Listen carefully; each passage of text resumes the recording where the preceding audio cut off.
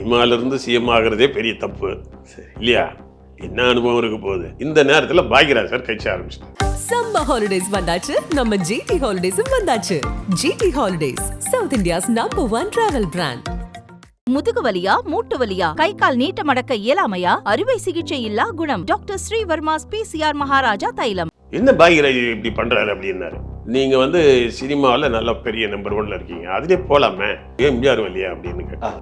ஒரு 15-20 வருஷம் இருந்து ட்ரெயின் அப் பண்ணிட்டார். ஒண்ணுமே இல்லாமல் எல்லாம் சிஎம் ஆகலாம்னு நினைச்சா அந்த நாடு கடுமையிடார். அரசியல்ன்றது பப்ளிக் சம்மந்தப்பட்ட விஷயம். எடுத்த உடனே ஒரு எம்எல்ஏ சினிமாவில் நான் என்கிட்ட பணங்குதுன்னு நான் சிவாஜின்னு சொல்லி நடிச்சா சிவாஜி மாதிரி வந்துட முடியுமா? சிவாஜி கணேசனுக்கே மூஞ்சி சரியில்லைன்னு, அந்த மூஞ்சி ரொம்ப டொக்கு இந்த மாதிரி இருக்கு, பராசக்தி படத்திலே ரிஜெக்ட் பண்ணிட்டாங்க. அப்புறம் உலக லெவலுக்கு அவார்டெலாம் வாங்கிட்டார். சிஎம் ஆகலான்னு ஆசைப்பட்டாங்க. ரஜினி வந்தாரா அரசியலுக்கு? விஜயகாந்த் கூட பாவம் ரொம்ப நல்ல மனுஷன், தீரா எதிர் பாவம் இப்படி ஒட்டிக்கிட்டு அப்படி சும்மா அப்படியே இருக்காரு. மாதிரி அரசியலில் ஒரு ஈடுபாடு இருந்து வந்தால் அது கஷ்டங்களை தாங்கலாம். அதில் போய் வம்புலாம் மாட்ட வேணாம் சார். அப்புறம் திடீர்னு ஒரு நாள் எவனோ ஒருத்தன் ஊர்லேருந்து ஃபோன் பண்ணுறான், தலைவரே நம்ம மன்றத்துக்காரனை வெட்டிவிட்டான் வரதான் அப்படின்னு. ஆகிறார் சார் அல்ல போயிட்டார். சார் வெட்டு குத்தில் நிறைய வரும்னு சொன்னல அரசியலில். ஐயோ நீ சொன்னது கரையில் தான் ஏன். அவர் ஒரு கட்டத்தில் போய் அவர் கழிச்சிட்டார் கட்சியை. இப்போ விஜய் இறங்கட்டும், ஒரு 10 வருஷம் அரசியல் கற்றுக்கிட்டோம், எடுத்தவொடனே சிஎம் ஆகிறாருன்னா காலி பண்ணிட்டுவாங்க. நான் சினிமாவுக்கு சம்மந்தம் இல்லாத நான் சினிமாவுக்கு போனதே எதனாலன்னு சொல்கிறேன். நான் அது ஒன்றும் பாக்யராஜ் சார் கூப்பிட்டதுனால மட்டும் நான் போகல. எனக்கு ஏற்கனவே ஒரு இது இருந்திருக்கு. நான் இந்த குடியிருப்போர் சங்கம்னு ஒன்று வச்சுருந்தேன். அதே ஏரியாவில் இளைஞர் அமைப்புன்னு வச்சுருந்தேன். சரி. ஏன்னா அங்கே ரவுடிஸ் எல்லாம் நிறைய இருக்கும், தண்ணிலாம். இப்போ நான் குடியிருப்போர் சங்க தலைவர்னா ஒரு 150 வீடு இருக்குன்னா அது பிளாட் வீடுங்க, பெரிய பெரிய வீடுங்க. அந்த ஒரு பிளாட்டுக்கு இன்னொரு பிளாட், அந்த பில்டிங்க்கு இடையில கேப்பில் லைட் இல்லாமல் இருக்கும். அங்கே என்ன பண்ணுவானா, இந்த பிளாட் இருக்கு இல்லையா, இந்த ஃபுட்பால் பிளாட், அது உள்ளே வச்சுக்கிட்டு சாராய வைப்பானுங்க எல்லாம். அப்போ அதனால பின்பக்கம் கதவே திறக்க முடியாது யாரும், லேடிஸ்லாம். Okay okay okay. ஏன்னா இருட்டாக இருக்கும், அது விற்பானுங்க எல்லாம் நிறைய அந்த எல்லாம் கலாச்சாரம். நான் தலைவர் ஆகிட்ட பிறகு சும்மா இருக்க முடியாது இல்லையா, அதை கூப்பிட்டு இப்போ அந்த பக்கம் அதெல்லாம் விற்கக்கூடாது அப்படின்னு. உடனே ஏன்னா எல்லாம் 4 பப்ளிக் போகிற வர இடம் நீங்கள் பண்ணுறீங்க, லேடிஸ் எல்லாம் பின்னாடி காது திறக்க மாட்டாங்க அப்படின்னு. யோ வேலையை பாரு அப்படின்ட்டான். என்னடா வம்பா போச்சு இல்லையா அப்படின்னு எனக்கு என்ன பண்ணேன், குடியிருப்போர் சங்கம்னா வயசானவங்க ஃபேமிலி மேன் இருப்பாங்க, யாரும் சண்டைக்கே வரமாட்டாங்க.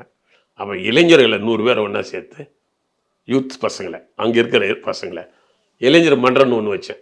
ஓகே. வச்சு ஒரு லைட்டை போட்டு சும்மா அவனுங்க யாரெல்லாம் ஃப்ரீயாக இருக்கலாம் அவங்களாம் அங்கே உட்காந்துக்கணும். உட்காந்து நாட்டு நடப்பு பேசணும். சரி.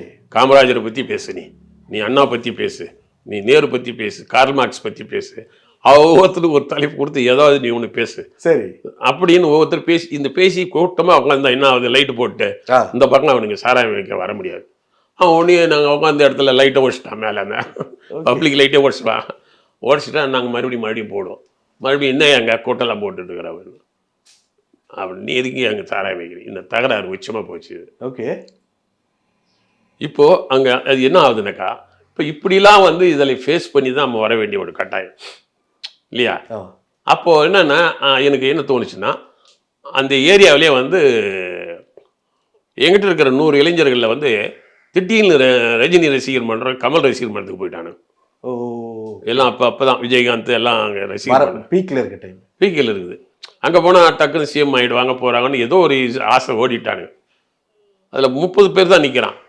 எங்கடா எல்லாம் வந்தானுங்க போனாங்கண்ணா, எல்லாம் ரசிகர் மன்றத்தில் போய் சேர்ந்துட்டாங்கண்ணே, சினிமா ரசிகர் மன்றத்தில். என்னடா போகணும், அதெல்லாம் கத்தி அவனுங்களுக்கு நாட்டு நடப்பு உலகம் என்ன அது என்னன்னு சொல்லி ட்ரெயினை பண்ணால் கூட அவங்க மைண்டில் ஏறலையே, இல்லை அங்கே போயிட்டானுங்களே அப்படின்னானுங்க.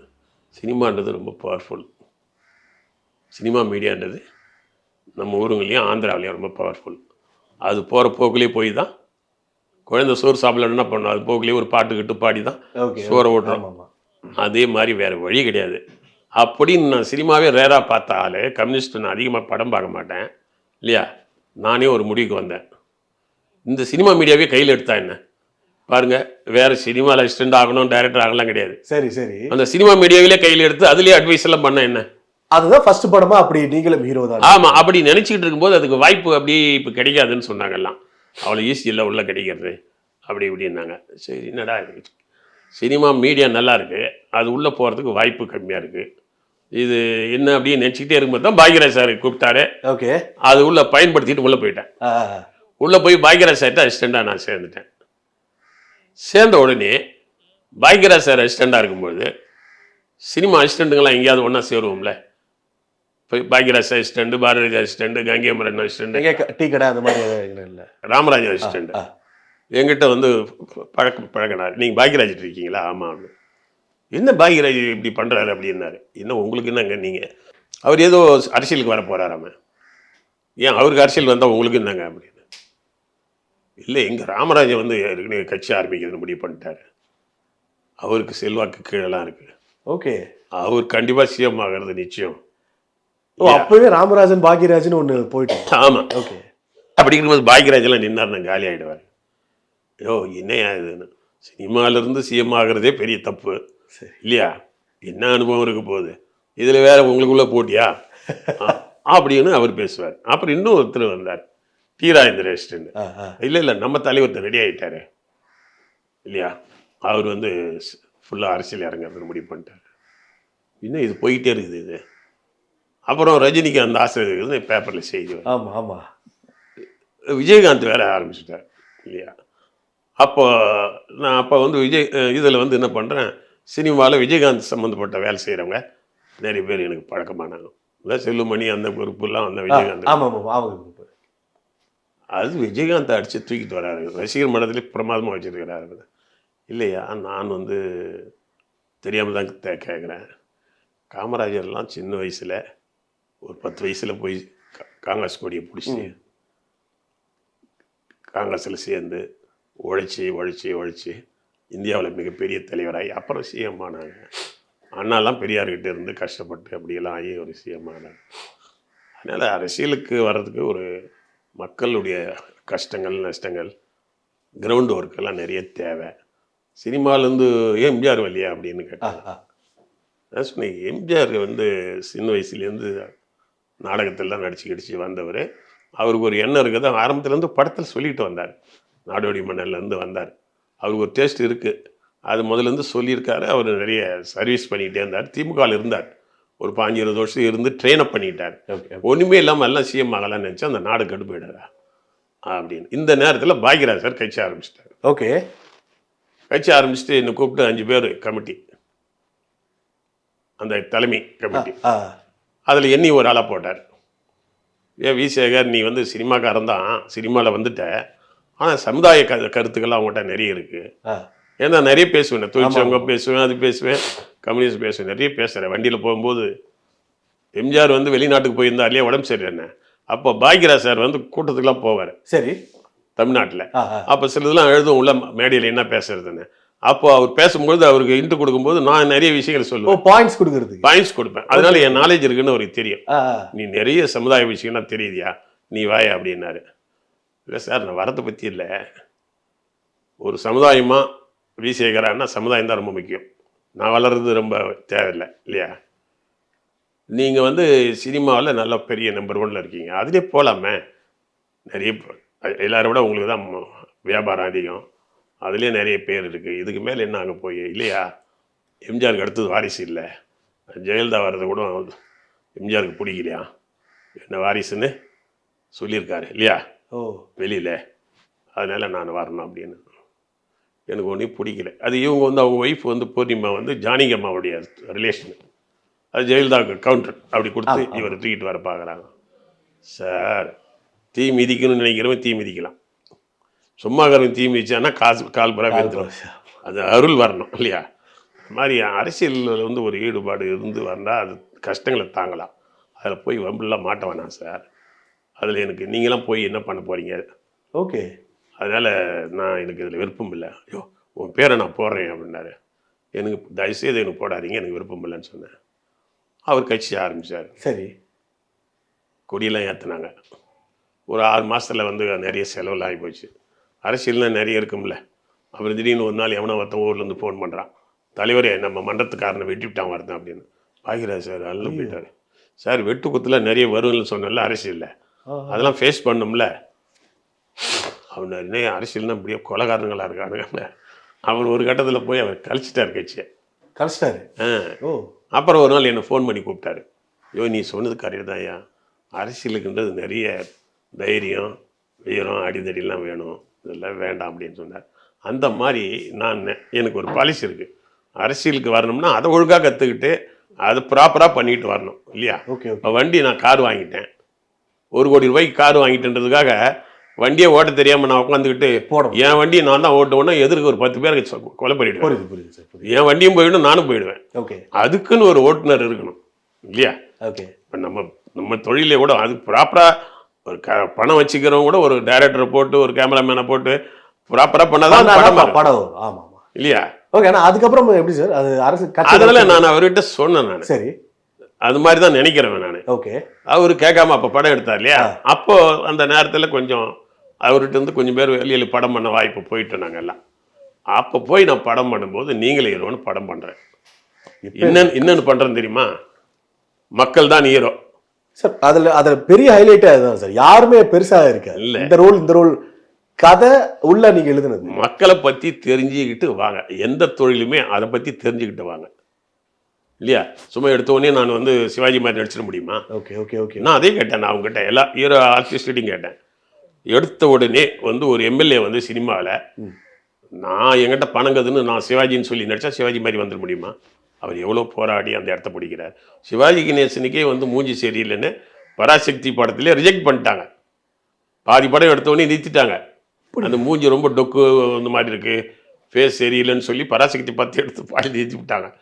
அதுக்கப்புறம் வந்து அண்ணா சொன்னார், ஐயோ அவன் வந்து பாவம் வறுமையில் இருக்கிறான், அதனால ஃபேஸ் கொஞ்சம் டல்லாக இருக்குது, நீங்கள் இந்த படம் வெளியில் வரட்டும் பெருசாக வந்துடும் அப்படின்னு ரெக்கமெண்ட் பண்ணி பராசக்தி சரி மறுபடியும் அண்ணா சொல்லி அப்புறம் ஏவிஎம் மறுபடியும் எடுத்தாங்க.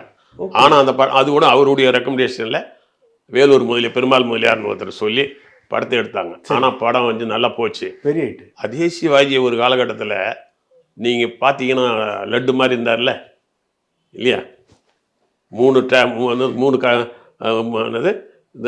கேரக்டர்லாம் நடி சந்திச்சா இல்லையா. அவர் சில படங்கள்லாம் மல்டி கேரக்டர்ஸ்லாம் பண்ண ஆரம்பிச்சார், 9 கேரக்டர்லாம் பண்ண ஆரம்பிச்சார். அதே முதல்ல ரிஜெக்ட் பண்ணால் தான் அப்படிலாம் நடிச்சிருக்கிறாரு அவர். அப்புறம் உலக லெவலுக்கு அவார்ட்லாம் வந்து வாங்கிட்டார், ஹாலிவுட்லாம் பாராட்டுறாங்க. அப்போ ரிஜெக்ட் பண்ணப்பட்ட அப்போ அதே மாதிரி தான் நடிகர் வந்து ஆகிறது கஷ்டம். அதே மாதிரி நீ போய் சினிமா அரசியலாக போய் டக்குன்னு அரசியல்லாம் சாதாரணமா. எவ்வளோ பேர் எவ்வளோ நாள் ஜெயிலில் இருந்தாங்க. ஆவசி எத்தனை வருஷமோ 30 வருஷம் அவருக்கு சிறை. அரசியல் பெரிய நேரு எவ்வளோ பெரிய ஆள், 10-12 வருஷம் சிறையில் இருந்தார். புரியுதுங்களா. துப்பாக்கி சுட்டு நடக்கும், இந்திராவை சுட்டாங்க, எல்லாம் நடக்கும். இதெல்லாம் ஃபேஸ் பண்ணாதான் அரசியலுக்கு போனேன். சும்மானா போய் குறுக்கோழியில் போயிட்டா ஜெயலலிதா வந்துச்சு அப்படின்னாங்க. ஜெயலலிதா வந்து எதோ எம்ஜிஆரை வச்சுக்கிட்டு அந்த நேரம் வந்துருச்சு, எம்ஜிஆர் இமேஜில் வந்துருச்சு இல்லையா. அது கூட வந்து கொஞ்சம் போராட்டம் தான், அரசியல் வேணாம். அதனால் இதில் வந்து மக்களை கெடுக்காதீங்க. தயவுசெய்து அவங்களுக்கு தெரிஞ்சால் உள்ள போய் ஃபுல்லாக இறங்கி பண்ணுங்க. அந்த புரிதலுக்காக தான் நீங்களும் விஜய் கூட இப்போ இருக்கிறாரு, முழுசாக சினிமா விட்டுட்டு போகிறேன்னு சொல்கிறாரு, தப்பு இல்லை. சினிமாவையும் பண்ணிக்கிட்டு அதை பண்ண முடியுமா, முடியாது. இது எப்படி இருக்குன்னா கார் ஓட்டிக்கிட்டே பாட்டு கேட்டுக்கிட்டே ட்ரிங்க்ஸ் சாப்பிட்டுக்கிட்டே போனீங்கன்னா வண்டி டேஷ் ஆகிடும். அந்த மாதிரி இப்போ விஜய் இறங்கட்டும், ஒரு 10 வருஷம் அரசியல் கற்றுக்கிட்டோம், எடுத்தவொடனே சிஎம் ஆகிறாருன்னா காலி பண்ணிடுவாங்க. விஜயகாந்த் என்ன நினைச்சார், எடுத்தவொடனே தலைமை பதவிக்கு போகலான்னு நிற்கும் போது பாதியிலேயே காலி பண்ணிட்டாங்கல்ல. அதனால எதில் போனாலும் முழுசாக இறங்கி அந்த தொழிலுக்கு மரியாதை கொடுத்து போனால் தான் ஜெயிக்க முடியும். அதனால நீங்கள் இஷ்டத்துக்கெல்லாம் வந்து நான் சினிமாவில் தான் இருக்கேன், சினிமாவில் இருந்தால் கூட இந்த அரசியல்ன்றது பப்ளிக் சம்மந்தப்பட்ட விஷயம், விலைவாசி இது வாழ்க்கை பிரச்சனை இல்லையா. இதில் போய் சும்மா எல்லாரும் நான் சிஎம் ஆயிரம் அது ஆயிரம்னா எவ்வளோ தப்பு அது. இது எடுத்தால் படம் ஓடாதியா, நான் படம் நீங்களே எடுக்கிறேன், இந்த படம் எடுத்தால் ஓடாது, இதுக்கு எதிர்ப்பு வரும், நீ சினிமா விட்டு ஓட வேண்டியது இருக்குன்னாங்க. பாக்கிய பாண்டியராஜன் படம் பண்ணுறான், 2வது படம் வந்துருச்சு, நிறைய காசு கார்லாம் வாங்கிட்டான். பாக்கியராஜே சொல்லிட்டாரு என்கிட்ட, நான் பாக்கியராஜிட்டே அந்த கதையை போய் சொல்கிறேன். நீங்களும் ஹீரோ தான்.